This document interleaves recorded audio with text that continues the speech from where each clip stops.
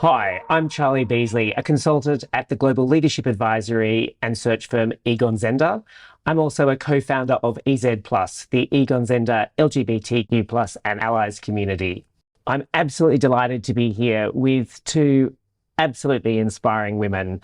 Julia Hoggett, the current CEO of the London Stock Exchange and an advocate for LGBTQ inclusion and a role model for many. We're also delighted to be here with Pippa Dale, also from the London Stock Exchange Issuer Services, a role model for equity and inclusion and the founder of LGBTQ Women. Thank you both for joining us.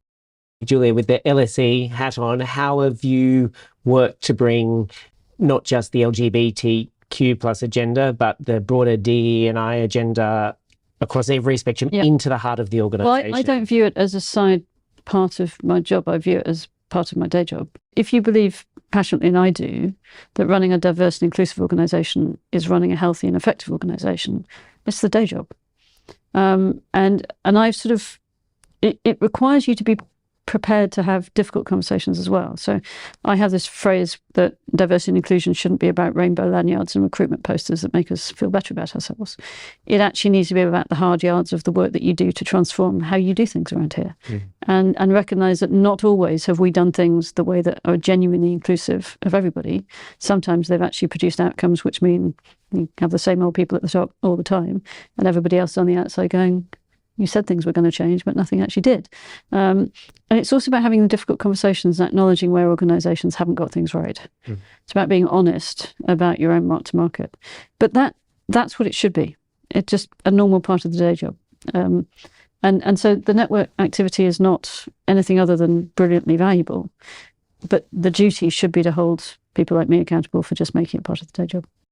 Related to some of the work that you've done, Pippa, in terms of setting up LGBTQ women and otherwise being an advocate for LGBTQ sort of rights in the workplace.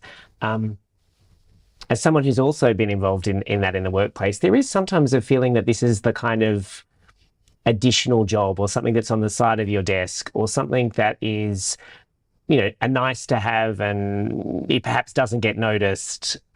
I'd love to get a sense from you whether or not you've felt that or see that still happening, and perhaps how can we change the perception of that? That day job question, I hate that sense. Yes, of course, organisations should, it should be on the same agenda. You should be invited to come out at work. You should be invited, you shouldn't have to step forward. You shouldn't have to do this diversity work on the side of your desk. But, let's all be grown up.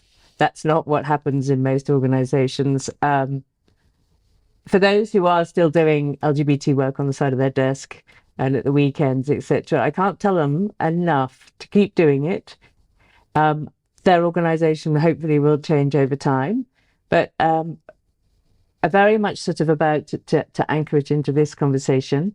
I think Julia's always been a very big supporter of LGBTQ women. She's always been a very big advocate. So she's obviously seen the work I've been doing over the years. And so when we were talking about me joining the organisation, I think she very much was looking was celebrating all of that side of the work desk and recognizing talents that I could transfer into a role that was being offered here.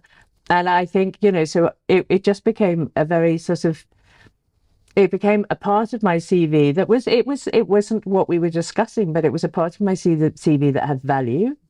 And I feel that very strongly that even if you are doing it on the side of your desk and you do feel that that's not being recognized by the organization as the way you want it. If you put it on your CV, you're A, going to learn skill sets that are useful elsewhere or in your present role or your career progression. B, if you take that work and celebrate it when you go to your next interview, that it will match you much better with an organization that suits you.